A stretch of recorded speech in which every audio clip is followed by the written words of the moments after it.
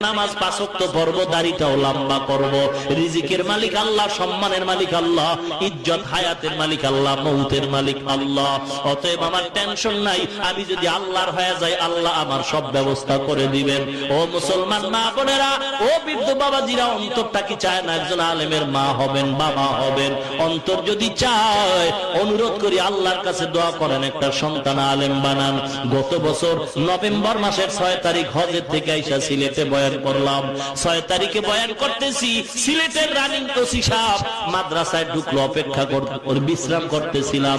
OC গিয়া দুইকে আমার হাত ধরে কাঁদতেছে। প্রিন্সিপাল কয়, হুজুর এই লোকটা এই বর্তমান থানার ওসি রানিং, এখন সে কাঁদতেছে, দোয়া চাওয়ার জন্য আসছে। বললাম, ভাইজান আপনার মনে কি আফসোস, টাকার অভাব, বাড়ির অভাব? কয় না, ওসি হওয়ার পরে টাকা বাড়ি গাড়ির কোনো অভাব আমার হয় নাই, একটা জিনিসের অভাব হয়েছিল।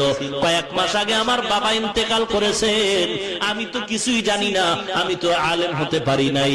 বাবার ইন্তেকালের পর আমার চোখের পানি জুড়ায় না, কারণ আমার বাবা আমাকে সারা খানা খাইতেন না, এত আদর করতেন আমার বাপ। আমার বাবারে নিয়ে কবরের দেশে যখন রওনা হলাম, জীবনে কবর টবর দেখি নাই, এমন এক জায়গায় কবরে রাখলাম, বাঁশবাগান, যেখানে দিনের বেলা যাইতো ভয় লাগে।